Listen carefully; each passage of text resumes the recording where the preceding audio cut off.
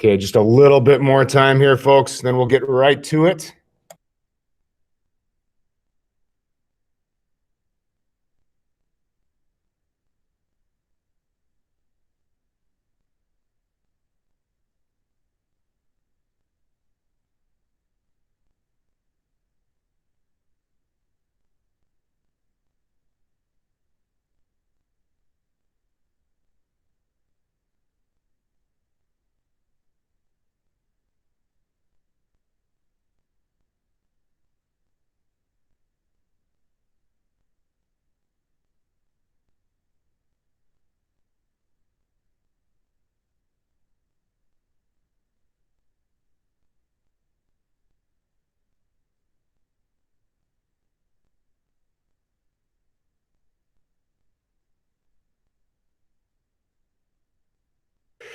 All right, welcome. Today, what is today? Today is Tuesday, the 16th. Here's what we got on the schedule for you at home learners and you people that are here today. We're going to start out with a 4-minute video on Sally Ride in honor of a Women's History Month. We're going to do a little bit of Quizlet Live. Make sure you're paying attention to when that quiz is coming up on your Schoology calendar. I'm going to walk through a couple different things in the Unit 5 document with you, more notably gerrymandering. We're also going to do a little reading together as a class, but that will be, the reading will be only for the kids that are in class here. I should be able to reach a good number of you that are in class with that reading. Those of you that are not coming into school this week, you do have access to that reading under the upfront, or excuse me, under that same folder as the assignment is on. So yeah, that's what we got going on today. So without further ado, let's get right to the video. This typically takes me a good minute to get this thing pulled up, so your patience, please. Here we go.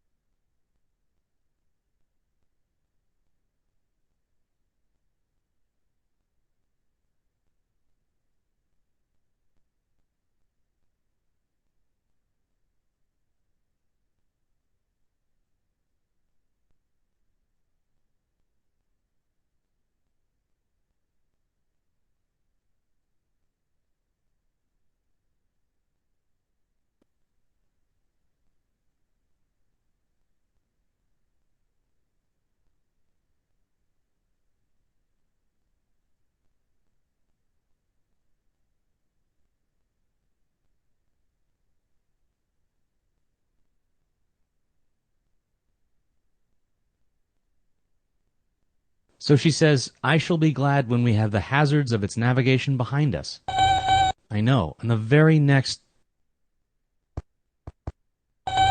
Cool, the helmet from Sally Ride's first space flight.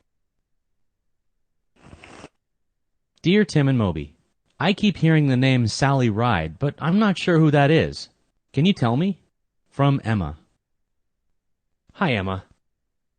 Dr. Sally Ride was a physicist and educator, but you probably heard of her from her days as an astronaut. In fact, Dr. Ride was the first American woman to go into outer space. Nope, she wasn't the very first woman in space. That honor goes to a Russian cosmonaut named Valentina Tereshkova, who reached Earth orbit in 1963. It took another 20 years for an American woman to fly into space. That happened when Dr. Ride made her first voyage on the Space Shuttle Challenger in 1983. It was an inspiring accomplishment and the beginning of a new era in the history of U.S. spaceflight. Sure, Ride was born in Los Angeles in 1951. As a girl, she loved science, but she also excelled in sports like tennis and softball. She even became nationally ranked in tennis and dreamed of turning pro. After some reflection, though, Ride decided to focus on schoolwork instead. Well, she went to an all-girls school in L.A. before heading off to Stanford University. She stayed there through graduate school, earning a Ph.D. in physics. Ride wanted to be a physics professor, but one day she saw a newspaper ad calling for applicants for the National Space Program. She applied, and sure enough, in 1978, she was accepted. Over the next few years, Ride went through a lot of training. She became a pilot, and she worked in mission control for the second and third U.S. space shuttle missions. She served as a CAPCOM, or capsule communicator, talking to the astronauts in space and relaying messages from personnel on the ground. Right. Eventually, she was selected to be an astronaut herself aboard the Shuttle Challenger. On June 18, 1983, Ride made history when she logged her first space hour. She was the first American woman in space. Well, her career moved in a different direction after a terrible incident in 1986. Ride was training for her third space mission when the Challenger, carrying 7 of her colleagues, exploded shortly after takeoff. It was terrible. All the astronauts on board died, and the shuttle program came to an immediate halt. Ride served on the board that figured out what went wrong. After that, she was reassigned to NASA headquarters to help out with long-term planning for the agency. A few years later, though, she decided to go back to her original career choice, teaching. Ride became a physics professor at the University of California's Space Institute. Later, she worked to educate the general public, and children in particular, about science and technology. She wrote a number of books, and she started a company that helps kids, especially girls, pursue their interests in science, math, and technology. Ride continued to help NASA sometimes too, advising them on things like new goals for humans in space. Well, in 2011, she was diagnosed with an aggressive form of cancer. She died the following year, at 61 years old. People from all over the world paid their respects online, in newspapers, and on TV. After all, she was a hero for many young girls and boys. I know, but her memory will certainly live on. You what now?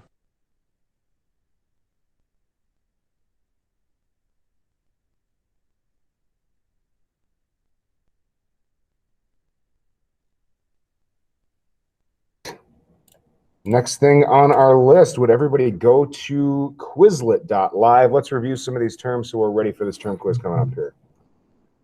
Quizlet.live.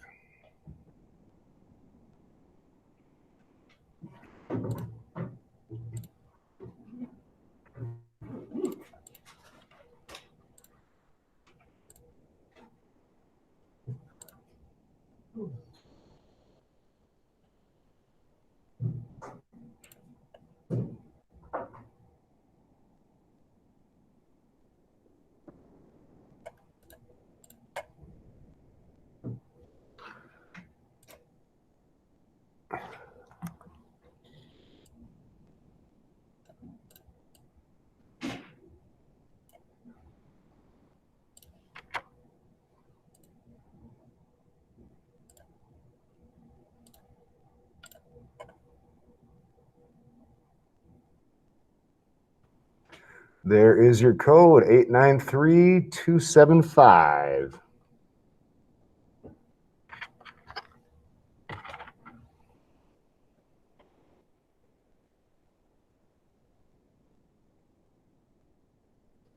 All right.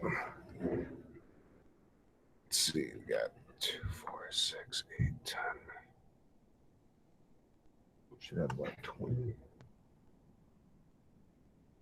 Missing a couple of you, but we'll give you about 30 seconds to get in there if you haven't done so already.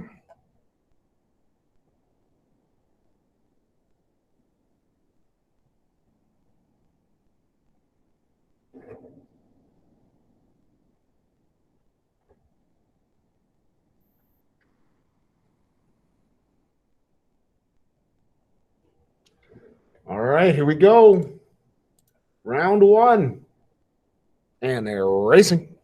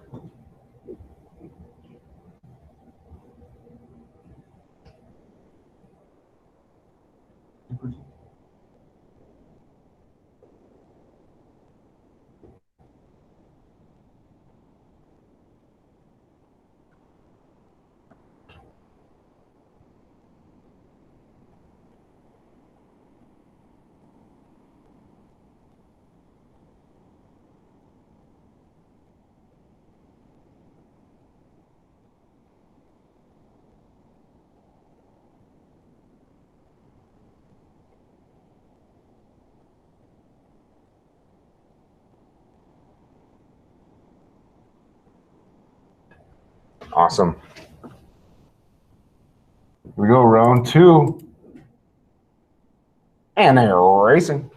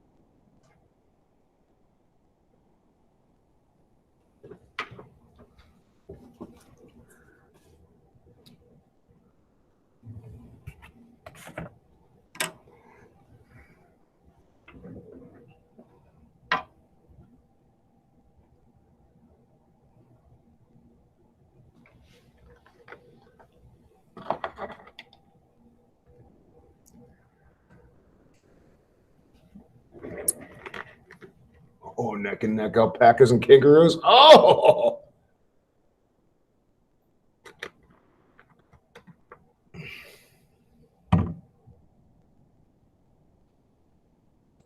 This is it, folks. This one's for all the Tostitos.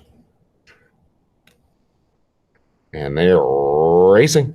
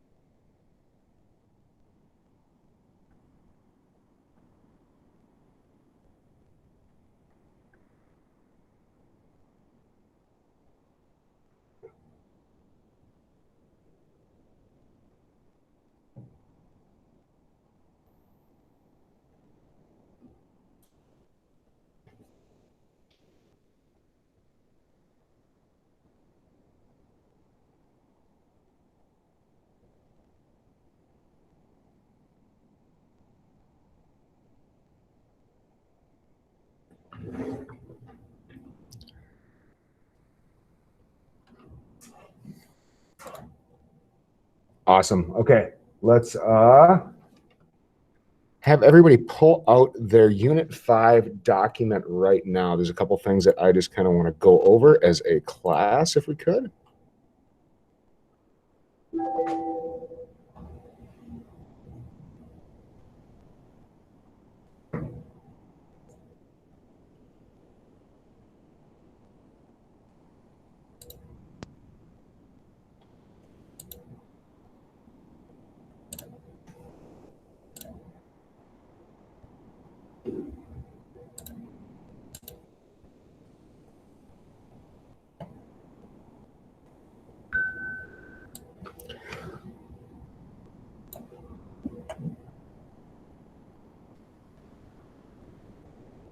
Okay, so were we able to, you're gonna have to remind me.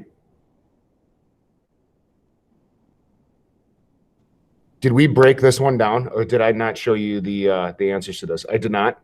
Okay, so we'll come right back to this. You guys understand that as you are going through here, that these are live links, and this will like open up like the different podcasts and the different videos that you guys are going to watch. You know, you guys can click on those, and that's how you get to it. We've all got that. Okay, cool. Let's do this in the meantime then. Since I didn't show you those slides yet, keep your document right at the part that I was pointing at before. Does everybody know how to access this Google presentation? Everybody knows where this link is on Schoology, yes? Where it says trimester 3 Google presentation? Okay, so if I'm ever, referring to something on this and you can't really see it, because you're online or whatever it might be, don't be afraid to pull that bad boy up. Let me present this to the group so they can see it at home. So these were some of the parts that weren't explicitly talked about right in the reading there. So I'm kind of cheating and giving you the answers to these. But understand that the differences in the structure in the House are as such, okay? And obviously the quick question there is, are there limits to the for congressmen, congresswomen, meaning could they run, an infinite amount of times? Could they continue to run and run and run? We see a lot of congressmen that have ran over and over again. So the answer to that one is no. The structure of the House Party reps, when it comes to the House of Representatives, we refer to the majority party as whichever one has the majority, okay? That's just kind of simply the way in which it's referred to. And vice versa with minority party. So the Speaker of the House is the presiding officer. That's a test question right there, okay? The most powerful officer in the House is the Speaker of the House. Yes?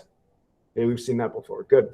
So the structure of the Senate. So typically what's going to happen is the Vice President is going to serve over that. But it's kind of a figurehead position in that the Vice President doesn't have a whole lot to do there. They can't take part in the debate.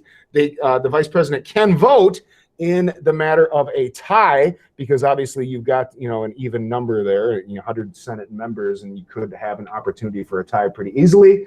So the Vice President can vote to kind of break that up.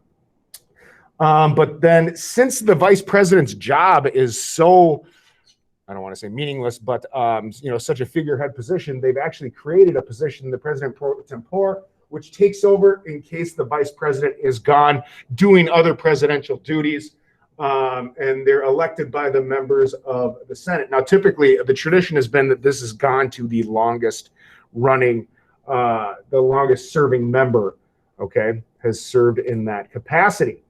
And then you've got your majority party leader and your minority party leader. So a couple test questions right here is, what is the most powerful officer in the Senate? That would be the majority party leader and the minority party leader in the Senate. So when it comes to the House of Representatives, we would say the most powerful officer is the Speaker of the House. Very good. Okay, good. So that's that one. Okay. The roles that Congress plays, we can see right here. This is a real quick and easy one. Financing the government, regulating trade. This is a test question as well. Defending the country, enforcing laws, and providing for growth. Okay.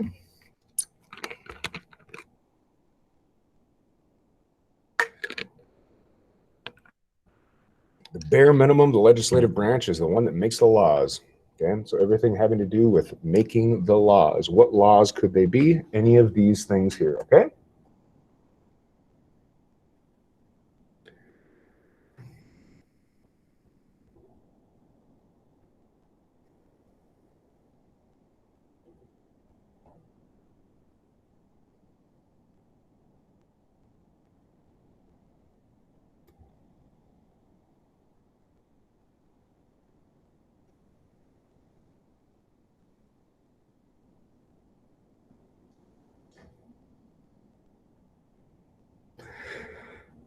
Okay.